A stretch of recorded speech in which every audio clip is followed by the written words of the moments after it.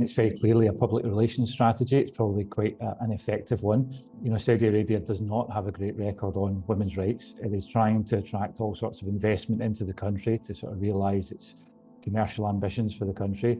And to do that, it needs to sort of exhibit this progressive, tolerant face, and Western women are a key part of that. So sending this message to audiences that this is a safe place, it's a good place for families, is very important to them.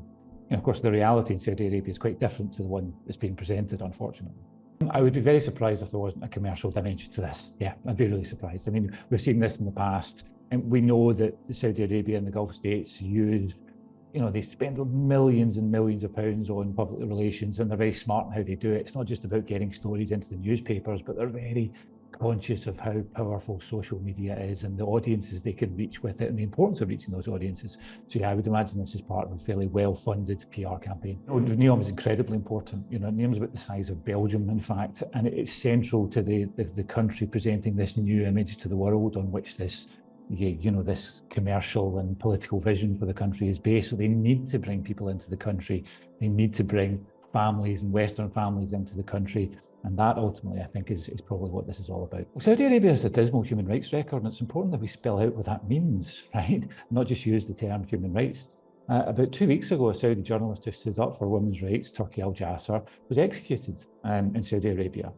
The Neom project itself, there are at least 3 members of the tribe who protested against what was going on there and being kicked off their land, essentially. They're languishing in Saudi jails right now, facing the death penalty for what they've done.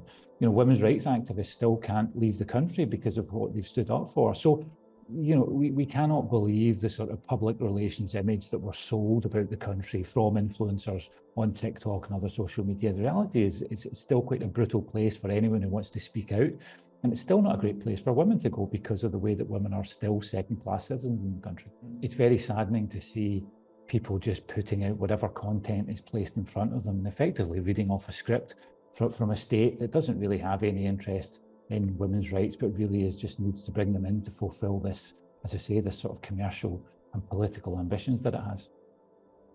I think they're way ahead of the game in terms of how they use social media. They're really smart about how they use it. They know this messaging is going to be incredibly effective. And I would not be surprised if the influencers were brought over first before the husbands. I mean, that strikes me as entirely plausible. I mean, there is a big Western workforce out there, often dominated by men in sectors like engineering and construction.